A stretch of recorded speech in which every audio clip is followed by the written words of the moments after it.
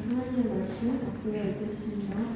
누가복음 6장 12절에서 17절까지 말씀입니다.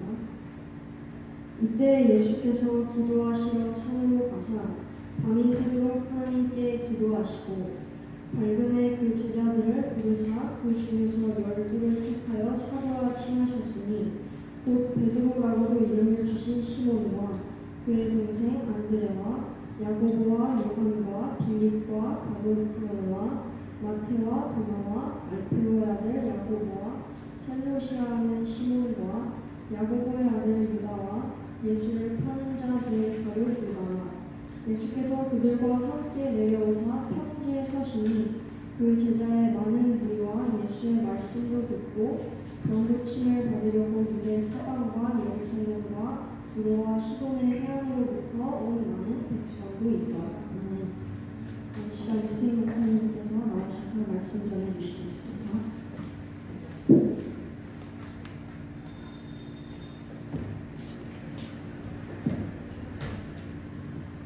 네, 영상이 하나 준비되어 있으니까 한번 같이 보시겠습니다.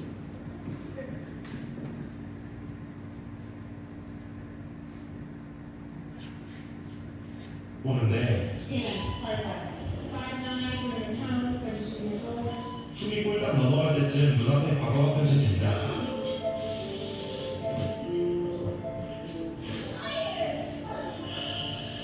쉬지 않고 먹은 과자와 탄산음료 때문에 점점 늘어나던 뱃살. 하지만 이 안 좋은 습관들이 오래전부터 시작됐다는 걸 알 수 있는데요. 이렇게 초등학생이 됐지만 여전한 습관. 이제는 유치원대로 돌아왔지만 숨이 차는 건 여전한데요. 결국 처음으로 와서야 원인을 찾게 되네요.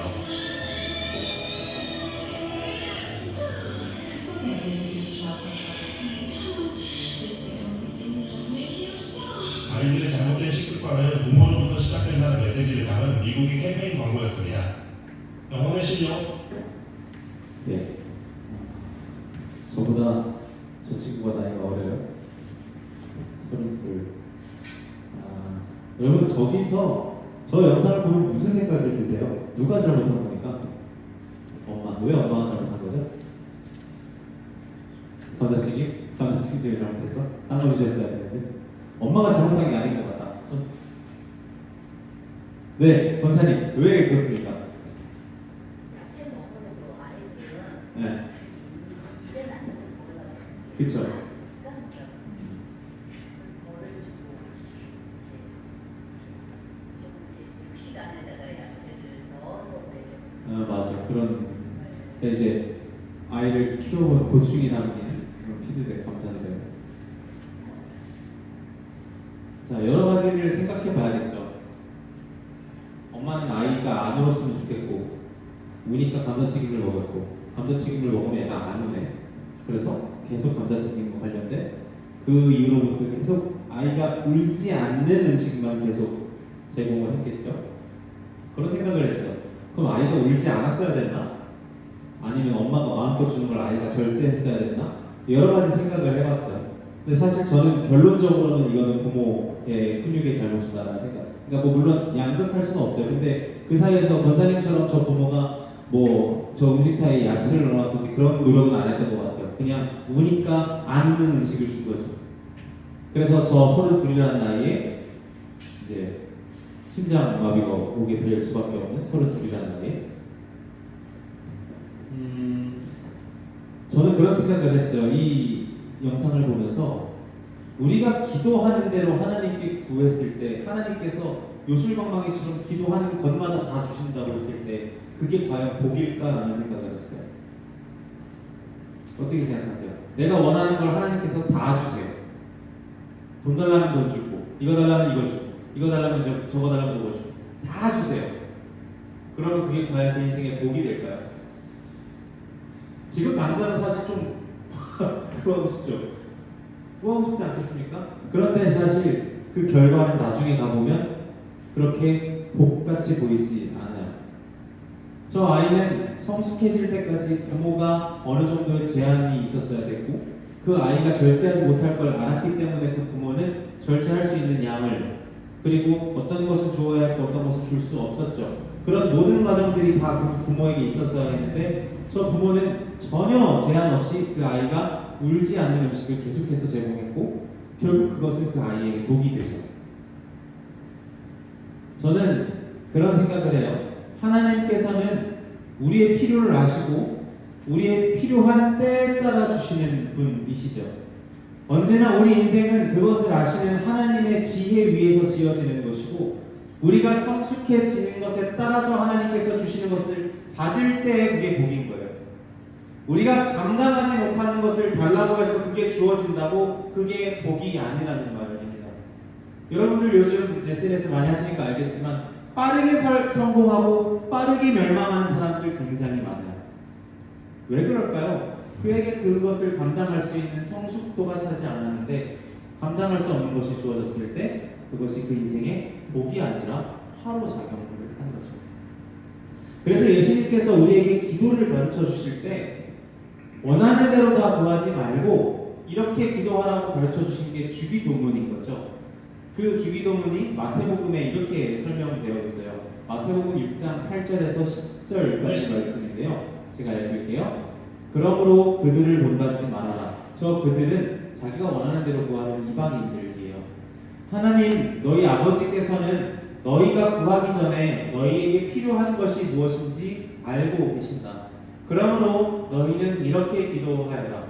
하늘에 계신 우리 아버지, 그 이름을 거룩하게 하여 주시며 그 나라를 오게 하여 주시며 그 뜻을 하늘에서 이루신 같이 땅에서도 이루어 주십시오. 압축하면 예수님은 언제나 이런 식으로 기도하셨는데 아버지께서 나의 필요를 아시고 아버지께서 우리의 필요를 아시오니 우리의 뜻이 이루어지기보다 아버지의 뜻이 이루어지게 해 주십시오. 우리의 뜻이 이 나라에 이루어지기보다 아버지의 나라가 임하게 해 주시고 내 인생의 내 뜻보다 나를 향한 선한 마음이 있으시고 성숙하시고 지혜로우신 아버지의 뜻이 내 인생 가운데 이루어지게 하옵소서. 이렇게 기도하거라 라고 가르치셨죠. 예수님은 언제나 당신의 뜻이 아니라 아버지의 뜻을 구하는 기도를 해 오셨습니다. 제가 기도에 대한 이야기를 하는데요. 무슨 소리지 말고? 네, 헛것을 듣나? 자, 예수님께서 오늘 우리가 읽은 이야기에서도 기도를 하세요. 근데 기도를 하시는 것에 이유가 있어요. 무슨 이유였을까요?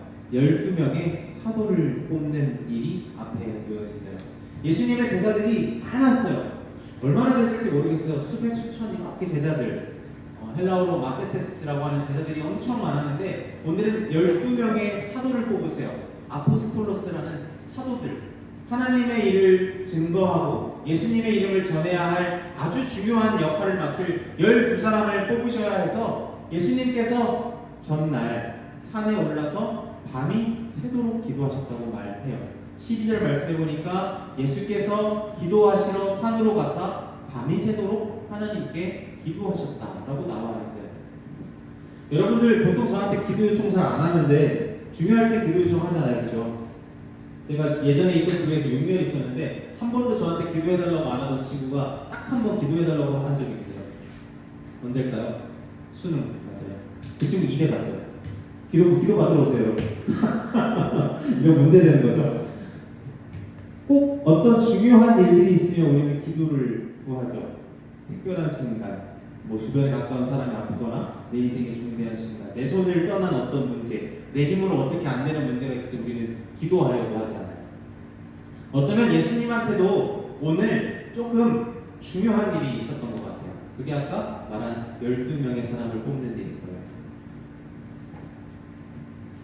예수님이 산에서 밤이 새도록 하나님께 기도하셨다고 기록하고 있는데 다른 어디에서도 예수님이 이렇게 긴 시간 동안 기도하셨다라는 내용은 없어요. 근데 저는 이 말씀을 생각하면서 그런 생각을 했어요. 예수님은 무슨 기도를 하셨을까? 기도의 내용이 궁금한 거예요. 내일 12사람을 뽑아야 돼. 그럼 예수님은 무슨 기도를 하셨을까요? 여기 우리 친구들이 이렇게 있는데 여기서 내가 3명을 내일 뽑아야 돼. 그럼 내가 오늘 밤을 새도록 산에 가서 기도한다고 생각했죠. 무슨 기도를 했을까? 하나님, 로또 번호처럼 세 명의 이름을 쭉쭉쭉 주원이, 은석, 사랑이 뭐 이런 식으로 기도하셨을까요? 그거는 아닐 것 같아요. 그죠? 또 한 가지를 생각해 봤는데 저는 예수님께서 이 12명을 뽑으실 때 어쩌면 당신이 이곳저곳에서 가르치시고 기적을 일으키시고 사람들을 치료하시면서 당신들을 따라다녔던 그 제자들 중에 누군가가 생각이 나셨을 것이고 그 생각난 사람들을 머릿속에 품고 그 산으로 가셨을 것 같아요. 그죠? 이미 예수님은 어느 정도 당신의 기준에 맞게, 물론 하나님의 기준에 따르면 아무리 잘해도 연약하겠죠, 부족하겠죠. 하지만 예수님께서의 어떤 기준이 있으셨을 것이고 그 기준 때문에 자기 마음에 들어와 있던 그 12명을 가지고 데리고 마음에 품고, 데리고 아니라 마음에 품고 그 산을 오르셨을 거예요. 그리고 밤이 새도록 예수님이 무슨 기도하셨을까요? 그 한 사람 한 사람을 두고 중보하셨을 거예요. 하나님, 제가 시몬과 가야 되는데, 하나님, 제가 바돌로메랑 가야 되는데, 하나님, 제가 유다랑 가야 하는데, 한 사람 한 사람 붙들고 기도하셨을 것 같아요. 그 기도 대상자, 그 라인업이 어떻게 됩니까? 오늘 본문의 14절에서 16절 한번 볼까요? 한번 라인업 한번 읽어볼게요. 여러분 목소리로 시작. 곧 베드로라고도 시몬과 그의 동생 안드레와 야고보와 요한과 빌립과 바돌로메와 마테와 도마와 알페오의 아들 야고보와 세로시라는 시몬과 야고보의 아들 유다와 요셉을 네. 여기서 여러분들 아는 이름 누구 있어요?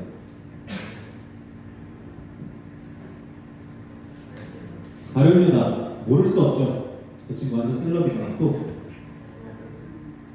베드로. 용기 있게 말해봐. 그리고 바돌로메 이런 이름은 많이 안 들어보셨죠? 그죠? 네. 마테. 도마 누구예요? 도마. 이 도마예요?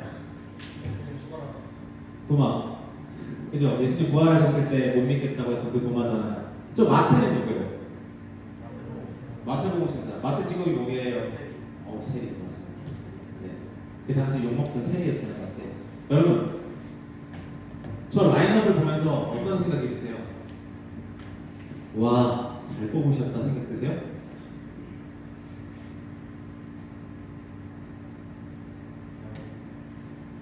시몬이 어떤 사람입니까?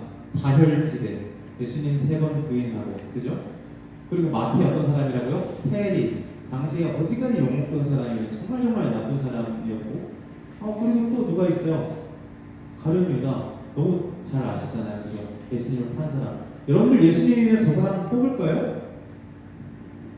주원이 뽑을래? 저 라인업 뽑을 거야? 이렇게 아는데? 여러분, 예수님께서 지금 저 12명을 뽑으실 때 저 사람들이 앞으로 어떤 사람이 될지 아셨을까요? 모르셨을까요? 아셨죠?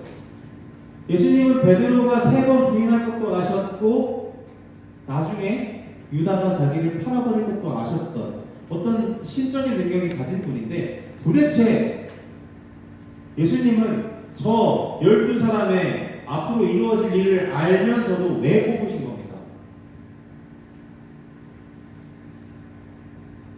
이해가 안 되지 않으세요? 저는 이게 너무 이해가 안 되는 거예요. 한눈에 봐도 예수님께서 고르지 않아야 되는 명단이 제 눈에 보이거든요. 꼭 그 다혈질 시몬 베드로를 뽑아야 될까요?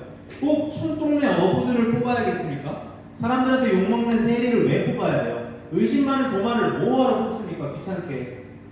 그리고 당신을 배신할 유다를 왜 뽑아요? 안 뽑아야 될 이유가 이렇게 있는데 예수님은 그들을 뽑으시죠.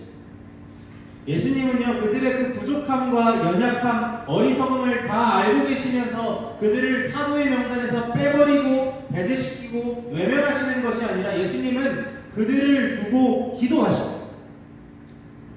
그들을 당신의 사람들로 뽑으시죠. 그들을 위해서 하나님 앞에 간구하시죠. 제가 이 이야기를 왜 하냐면요, 우리는 삶을 살아가면서 하나님께 기도해서 나에게 찾아올 안 좋은 것들을 좀 바꾸고 싶어 해요. 어려운 상황을 피해가고 싶어 할 때 기도하고 안 좋은 환경에서 벗어나고 싶기를 기도하죠. 그런데 하나님의 아들 예수께서 밤이 새도록 기도를 했습니다. 그래서 예수님이 더 좋은 선택을 하셨습니까? 아니에요. 예수님은 어려운 거, 안 좋은 환경이 뻔히 보이면서도 그 다른 선택을 하지 않으시죠. 만약에 우리가 하는 기도가, 하나님께 올려드리는 이 기도가 우리의 환경을 개선하고 더 좋게 만들 수 있는 도구였다면 예수님은 기도하시고 12 말고 다른 사람을 뽑으셨어야죠. 더 신중하고 더 침착하고 배신 안 할 사람, 더 공부 많이 하고 사람들에게 덕망 있는 사람을 뽑으셨어야죠. 기도가 만약 그렇게 더 좋은 선택을 하게 하는 도구였다면 예수님은 저 12는 절대 뽑지 않으셨어야 하죠. 그런데 예수님은 저 12를 뽑으세요. 그럼 저는 생각해보는 거예요. 그럼 도대체 예수님은 밤새 왜 기도를 하신 거지? 뭘 위해서? 왜 기도하신 걸까? 아무리 생각해봐도 저는 예수님께서 저 밤에 새도록 산에서 기도하신 이유가 당신에게 주어질 환경을 개선하려고 기도하신 것이 아니라 이미 주어진 그 현실을 당신이 잘 걸어가기 위해서 기도하셨다는 생각밖에 안 들어요. 예수님은 환경을 변화시키려고 기도하신 게 아니라 그 환경을 하나님의 아들로 잘 걸어가시기 위해서 기도하신 것이 아닐까. 때로 우리는 삶을 살아가면서 그런 생각을 해요. 예를 들면 시험 문제 정답을 미리 알아서 오답을 피하고 로또 번호를 알아서 꿈에서 로또 번호를 딱 쓰고 인생이 좀 편해지고 내가 앞으로 처할 위험을 피하고 교통사고를 피하고 그 외에 만날 사람도 이 사람은 나쁜 사람, 이 사람은 착한 사람. 제 친구가 예전에 그런 얘기 했거든요. 모든 사람들 머리 위에 하트가 있었으면 좋겠다고. 그 하트를 보고 사람이 좋은 사람인지 아닌 사람인지 알 수 있고. 그러니까 우리가 이런 걸 미리 알고 나쁜 사람을 피하고 좋은 사람만 만나면 인생이 행복해질 거라고 단순하게 생각해요. 우리는 만약에라는 허상에 빠져 살아요. 만약에 그때 다른 길로 갔다면, 만약에 다른 선택을 했다면, 만약 내가 다른 사람을 만났다면, 그러니까 만약에 다른 환경에 내가 있었다면 훨씬 지금보다 좋았을 거야 라고 허상에 빠져 살아가죠. 그런데 여러분, 예수님은 미리 누군가를 아는 능력, 그 지식을 가지고도 자기 환경을 바꾸는 것에 사용하지 않으시죠. 왜냐하면 예수님은 당신이 걸어가시는 길의 성패가 환경을 바꾸는 것에 달려있는 것이 아니라 하나님께 달려있다는 것을 알고 계시기 때문이에요. 내가 만날 누군가, 내가 사도를 시몬이 아니라 누군가를, 유다가 아니라 누군가를 뽑으면 내 사역이 뭔가 잘 될 거야 라고 생각하지 않으시고 당신의 인생과 당신의 이야기의 결말이 승리로 이루어지는 것은 오직 하나님으로 인한 것이라는 그 믿음이 예수님께 있으셨기 때문에 예수님은 그걸 알고서도 당신의 환경을 바꾸는 것에 사용하시지 않았던 것이죠. 오래전부터 수백 년 전에 이사야 선지자는 예수님께서 이 땅에 오실 것을 알고서 이렇게 예언하고 있어요. 이사야 9장 6절에서 7절 말씀인데 여러분 목소리로 한번 읽어주세요. 시작. 이는 한 아기가 우리에게 낳고 한 아들을 우리에게 주신다 하였는데 그의 어깨에는 정사를 메었고 그의 이름은 기묘자라 보사라 전능하신 하나님이라 영존하시는 아버지라 평강의 왕이라 할 것이니라. 그 정사와 평강의 거함이 무궁하며 또 다윗의 왕자와 그의 나라에 군림하여 그 나라를 굳게 세우고 지금 이후로 영원히 정의와 공의로 그것을 보존하실 것이라. 만군의 여호와의 열심히 이를 이루시리라. 한 아기가 이스라엘에서 태어날 것인데 그 아기에게 나라의 운명이 달려있고 그 아기의 이름은 기묘자요 모사요 전능하신 하나님이요 영존하시는 아버지요 평강의 왕이라고 불릴 것이다. 그의 나라와 그의 통치가 무궁할 것이다. 영원토록 정의와 공의로 다스리실 것이다. 그리고 뭐가 이것을 이루시리라? 만군의 여호와의 열심히 이것을 이루시리라. 정리하면 예수님의 어깨에 그 나라의 모든 통치가 매여있고 예수님의 이름이 기묘자, 모사, 전능하신 하나님, 영존하시는 아버지, 평강의 왕으로 불릴 것인데 예수님으로 인한 하나님의 나라가 무궁화할 것인데 이 모든 예수님의 일하심을 이루시는 분이 만군의 하나님 여호와의 열심히 이루신다라는 거예요. 예수님은 당신의 사역이 제자들의 연약함 때문에 무너질 거라고 생각하지 않으셨죠. 사도들의 국적과 과거와 인격과 성품 때문에 무너질 거라고 생각 안 하셨어요. 가룟 유다가 자기를 팔아 넘겨서 만군의 여호와의 열심을 막을 수 있었을까? 그렇게 생각 안 하셨다고. 예수님은 사도들이 연약할지라도, 유다가 나를 팔아 넘길지라도, 베드로가 나를 부인할지라도, 너희가 각자 다 연약할지라도 만군의 여호와의 열심이 하나님께서 내게 허락하신 이 모든 사역을 이루실 것이다 라고 확신하고 계셨다는 거예요. 예수님께 이 믿음이 있으셨기 때문에 지금 예수님께서 밤새도록 기도하신 내용은 아버지, 그래도 가룟 유다는 아니지 않습니까? 아무리 그래도 제 시몬은 너무하지 않습니까? 이런 기도가 아니라 아버지 하나님, 당신의 열심이 내 인생 가운데, 내 사역 가운데 이루어지게 하옵소서. 나의 제자들과 나의 사도들이 당신 앞에서 불완전하고 연약하고 어리석지만 아버지 하나님, 당신의 열심이 이루어지게 하옵소서. 이것을 가지고 예수께서 밤새도록 기도하시지 않았습니다. 여러분, 예수님은 이 땅에 일당백을 보러 오신 분이 아니죠. 엘리트, 완벽한 사람을 택하러 오신 분이 아닙니다. 예수님은 만군의 여호와의 열심, 하나님의 그 성실하심을 신뢰하는 분이셨고, 예수님처럼 하나님의 열심을 신뢰하고 예수님과 같이 그 길을 걸어갈 사람들을 부르러 오십니다. 그러니까 예수님의 사람은 어떤 사람들입니까? 만군의 여호와의 열심을 믿을 수 있는 사람들이고요. 팩찬 사람이 아니라 하나님의 성실하심이 결국 이루실 것을 믿는 사람들, 그런 사람들이 예수님의 사람들인 거죠. 스탠리 하워워스라는 기독교 윤리학자가 주여 기도를 가르쳐 주소서라는 책에 이런 이야기를 해놨어요. 우리는 미래가 어떻게 될지 모른다. 그러나 우리는 미래가 누구의 손에 있는지는 안다. 그것을 알기에 우리는 싸움 중에도 인내할 수 있다. 시간이 하나님의 손 안에 있다는 것을 알기에 우리는 서두르지 않을 수 있다. 우리로 하여금 인내할 뿐 아니라 서두르지 않을 수 있는 자유를 주는 이야기가 부재할 때, 없을 때 생겨나는 필연적인 결과가 바로 폭력이다. 예수님은요, 오직 하나님의 손에 당신의 사역이 달려있다는 것을 믿으신 분이에요. 그러니까 예수님은 서두르지 않으실 수 있어요. 그래서 예수님은 기다리실 수 있죠. 그래서 예수님은 누군가를 함부로 배제하거나 버리거나 바꾸어 버리거나 폐기하지 않으시죠. 왜요? 예수님의 사역을 이루시는 분이 하나님이시라는 것을 알고 계셨기 때문에. 여러분, 제가 이걸 읽으면서 무슨 생각을 했냐면요, 저와 여러분들의 기도와 저와 여러분들의 마음에는 어떨까요? 우리는 하나님께서 반드시 우리의 인생을 하나님의 선하신 뜻대로 이루어 가실 것을 믿는 사람들일까요? 그래서 기다릴 줄 아는 사람들일까요? 그래서 성급하지 않을 수 있을까요? 그래서 누군가를 함부로 재단하고 배제하지 않을 수 있을까요? 우리 그렇게 기도하고 있을까요? 생각해 봐야겠죠. 오늘 17절 말씀을 한번 읽어볼까요? 제가 어제 우리 선생님들이랑 설교를 빨리 끝내겠다고 약속을 했는데 제가 혓바늘이 나서 입이 아파서 빠른 진행해야 돼요. 자, 17절 한 목소리로 읽어보겠습니다. 시작. 예수께서 그들과 함께 내려가서 편지에 서시니 그 제자의 많은 무리와 예수의 말씀도 듣고 병 고침을 받으려고 유대 사방과 예루살렘과 두로와 시돈의 해안으로부터 온 많은 백성도 있더라. 제가 오늘 말씀을 읽으면서 함께라는 단어가 눈에 들어갔어요.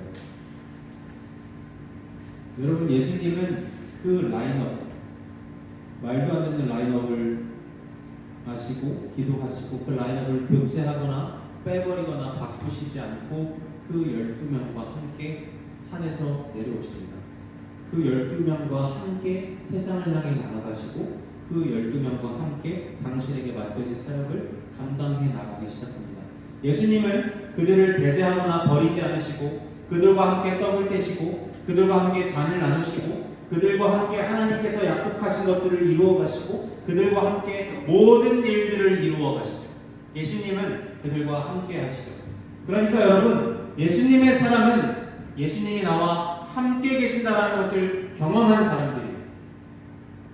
예수님의 사람은 내가 쟤보다 나아서 하나님의 사람이라고 생각하는 사람 아니고, 예수님의 사람은 내가 조금 똑부러져서, 내가 남들보다 사고가 빨라서, 내가 쟤보다 교회 열심히 다니고 성경 많이 읽어서가 아니라 예수님이 나와 함께 계시다는 것을 경험한 사람인 거죠. 예수님이 나의 연약함을 알고도 나와 함께 계심을 경험한 사람, 내가 이 땅에서 부족한 것을 알고도 예수님이 나와 함께 계신다는 사실을 믿고 경험했고 전할 수 있는 사람인 거죠.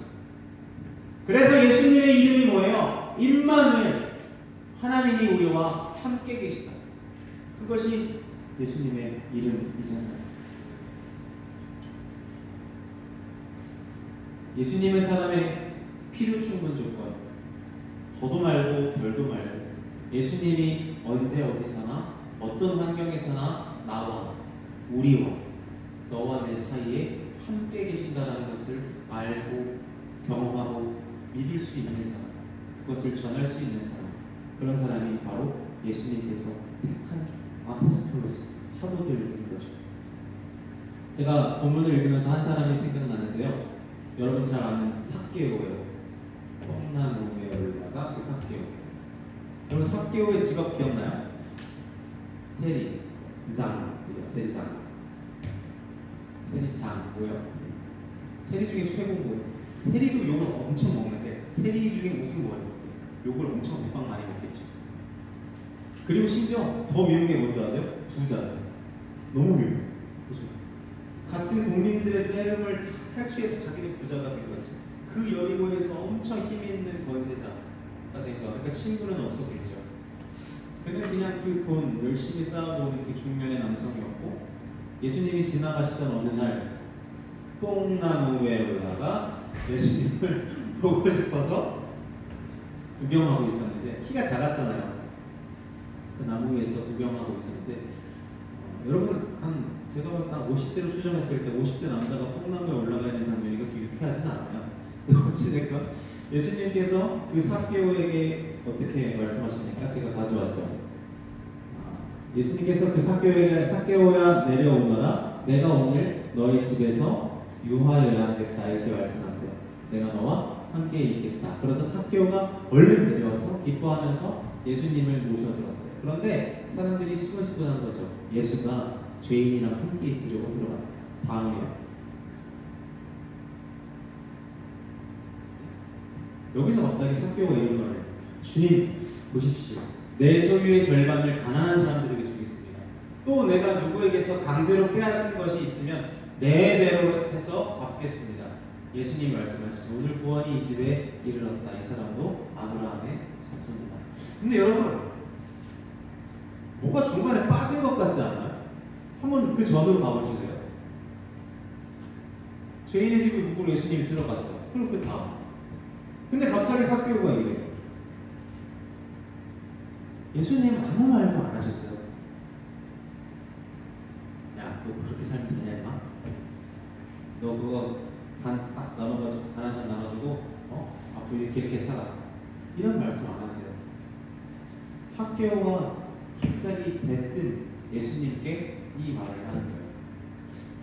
여러분, 우리가 바뀌어야 예수님이 함께 하시는 게 아니라 예수님께서 우리와 함께 계실 때 우리가 바뀌는 거예요. 우리는 우리가 뭔가 바꾸고 내 인생이 조금 더 괜찮아지고 하나님 보시기에, 그리고 내가 보기에 납득이 돼야 예수님이 우리 집에 오시고 나를 찾아주실 거라 생각하지만 아니에요. 순서가 틀렸어요. 예수님께서 우리와 함께 계심을 경험하는 사람이 바뀌어요. 예수님이 내 인생에 찾아오셨고 예수님이 우리 집에, 내 마음에 함께 계신다는 것을 경험하고 기쁨을 느끼는 사람이 바뀌어요. 그것이 삭개오 이야기의 핵심이에요. 스카이대선이라는 분이 쓰신 위드라는 책이 있는데, 우리 이 책만 읽고 얘를 설교를 마칠 겁니다. 한번 읽어보겠습니다. 시작. 하나님은 단지 우리와 함께 하시려고 스스로 오셔서 태초에 에덴에서 하셨던 것처럼 우리와 함께 다시 걷기를 원하셨다. 예수님은 우리와 함께 이 무너진 세계에 계시면서 다른 방식으로 빛을 전하시기 위해 우리의 암울한 모습을 입고 오신 다음 암탉이 제 새끼를 날개 아래에 모음같이 내가 내 자녀를 놓으려 한 일이 몇 번이더라. 그러나 너희가 원하지 아니하였더라. 이것이 하나님의 변함없는 사랑이다. 우리가 죄에 빠져 있을 때 우리를 향한 하나님의 열정은 변하지 않는다. 하나님은 우리를 거절하시지 않는다. 단지 우리가 하나님을 받아들이지 않을 뿐이다. 제가 언젠가 다큐에서 한 엄마랑 이제 세 딸의 이야기를 본 적이 있는데 그 젊은 엄마가 밥을 이렇게 차려요. 그런데 그 세 딸이 큰 애가 한 초등학생 됐나? 큰 애가 반찬통을 가지고 식탁 위에 올리고 엄마는 요리하고 있으니까 반찬통을 올리고 둘째가 물을 가지고 옮기고 셋째가 수저를 가서 이렇게 쭉쭉쭉 봐요. 제가 그 모습을 보는데 한 가지 생각이 들었어요. 엄마가 딸들에게 그 반찬통, 물통, 수저를 놓게 만든 이유가 뭐예요? 엄마가 반찬통을 들 힘이 없어서, 물통까지 내가 너무 버거워서, 수저는 기분이 나빠서 그래서 하라고 하신 겁니까? 아니요. 엄마는 그 식탁을 함께 차리는 게 기쁨이겠죠. 세 딸과 각자가 할 수 있는 것, 각자가 들 수 있는 것을 들고 그 함께 가족의 식탁에 참여하는 게 엄마에게 기쁨 아니겠습니까? 여러분, 하나님께서 우리에게 왜 어떨 때 한 번씩 우리의 신앙과 우리의 마음과 우리의 기도를 요구하시는 겁니까? 동참하게 하시기 위해서예요. 하나님께서 여러분들을 사랑하기에는 마음이 너무 어려워서, 하나님께 구원할 힘이 부족해서, 야 내가 너까지는 너무 버거워서 못하겠다 해서 여러분들을 불러 모으시는 게 아니라 이 식탁에 우리가 함께, 하나님께서 마련하신 이 식탁에 우리가 물통을 들고 수저를 들고 함께 할 때 하나님께서 마련하신 이 하나님 나라의 기쁨을 우리가 함께 누릴 수 있기 때문인 거죠. 그러니까 귀한 우리 형제 자매님들에게 저는 권면하고 싶어요. 이 땅에서 하나님께서 마련하신 이 하나님 나라에 함께 동참할 수 있는 우리 아들, 딸들이 되시기를 간절히 축복합니다. 여러분들의 인생은 만군의 하나님의 열심히 이루어 가실 겁니다. 하나님의 열심히, 하나님의 성실하심이 여러분들의 학업과 여러분들의 20대, 30대 앞으로 여러분들이 알지 못하는 모든 인생의 길을 하나님께서 반드시 이루실 것입니다. 우리에게 필요한 것은 그 하나님과 함께하는 거예요. 우리 하나님이 이루실 것을 확신하고 그분과 동행하며 이 식탁에 내가 지금은 젓가락밖에 못 들지만 언젠가 물통을 들고 나를 기대하며 언젠가는 반찬통을 들고 나를 기대하며 하나님과 함께 이 나라에서, 하나님의 나라에서 평강과 기쁨을 누리며 살아가는 것, 그것이 하나님께서 기대하시는 일인 줄로 믿습니다. 바라기는 여러분들 인생 가운데 함께 하시는 그 하나님을 경험하시고 그 하나님을 믿고 살아갈 수 있는 복된 아들, 딸들이 되시기를 주님의 이름으로 간절히 축복합니다. 찬양하겠습니다.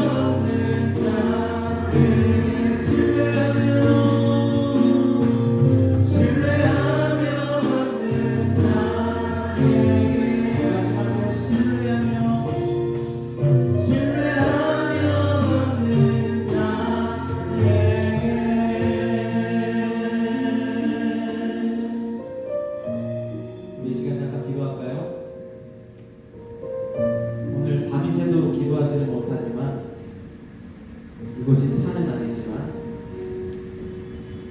우리 시간 한 목소리로 기도할 때 예수님처럼 기도해 봅시다. 하나님, 나를 향하신 하나님의 그 놀라우신 계획이 내게 이렇게 부족하고 연약한 사람들밖에 없고 이렇게 어려운 현실밖에 없지만 나를 향하신 하나님의 그 계획이 오직 만군의 여호와 하나님의 열심에 따라 반드시 이루어질 것을 믿습니다. 우리 시간 다 같이 기도할 때 하나님, 내 인생 가운데, 우리 인생 가운데 하나님께서 계획하신 모든 것들이 만군의 하나님의 성실하심에 따라 반드시 이루어질 것을 믿습니다. 그것을 신뢰하며 살아가게 하여 주시옵소서. 우리 다 같이 기도하러 나아가겠습니다. 오 할렐루야. 하나님, 만군의 하나님의 열심을 믿으며 살게 하옵소서. 하나님, 주님의 열심이, 주님의 성실하심이 내 인생 가운데 하나님께서 계획하신 것들 중에 단 하나도 빼지지 않고 이루어질 것을 믿습니다. 하나님, 내게 이것이 부족합니다. 하나님, 이것이 어렵습니다. 이것이 나를 어렵게 만듭니다.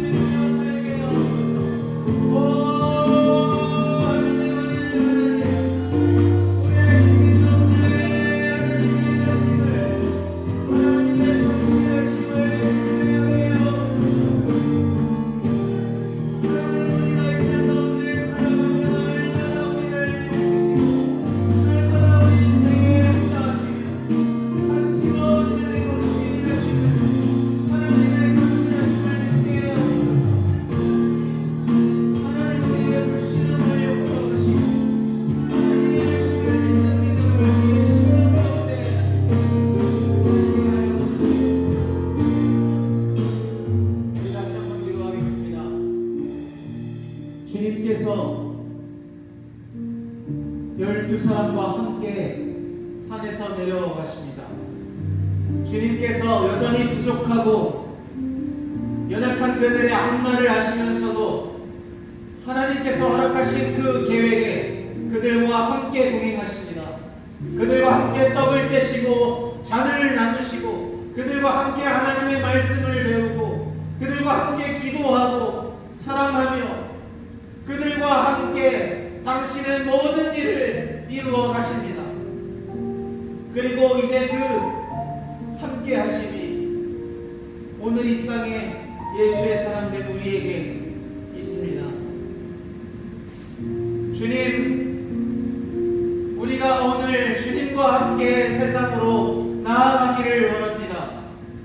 주님과 함께 우리의 학업으로 파송되기를 원합니다. 주님과 함께 우리의 일자리로 나아가고 주님과 함께 우리의 어려운 상황으로 나아가고 주님과 함께 우리의 십자가로 나아가고 주님과 함께 이 땅으로 나아가기를 원합니다.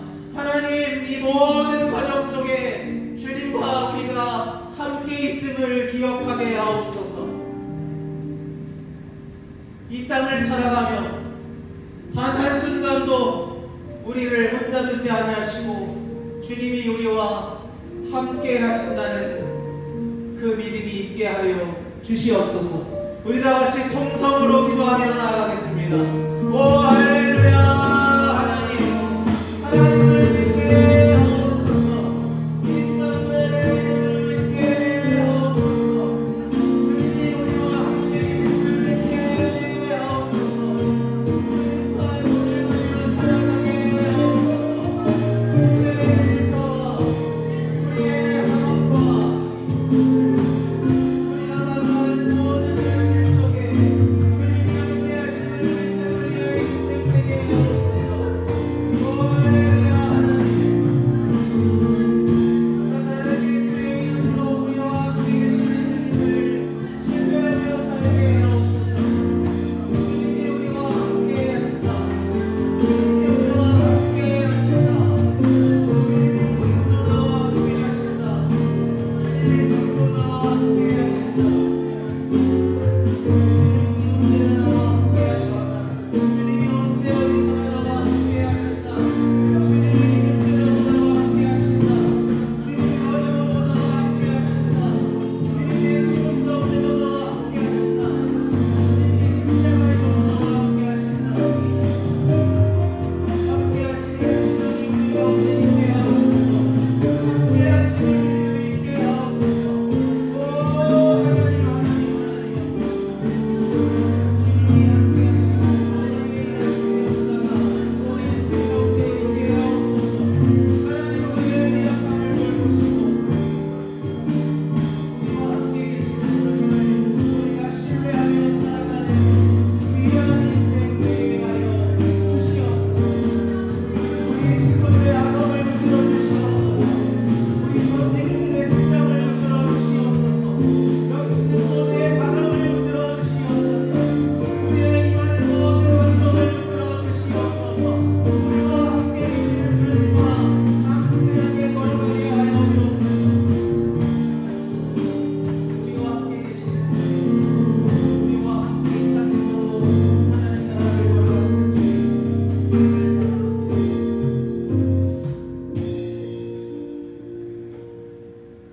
하나님 감사합니다. 만군의 하나님의 열심이 우리 인생 가운데 있음을 믿습니다. 우리가 어느 곳에 가더라도 어느 길로 가더라도 누구를 만나더라도 어떤 상황에 처하더라도 당신이 우리와 영원히 함께 계심을 믿습니다.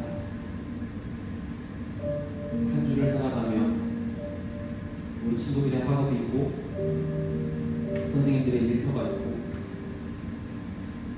관계하는 모든 순간들이 있지만 그곳에서 여전히 일하시는 분은 만군의 하나님 당신이시고 이 모든 일을 선으로 이끌어 가시는 분도 우리와 함께 계시는 예수 그리스도 당신이심을 믿습니다. 성령 하나님, 이것이 날마다 기억나게 하시고 우리 심령 가운데 떠나지 않게 하시고 이것을 신뢰하며 살아가는 우리의 발걸음의 용기와 위로가 더하여 주시옵소서.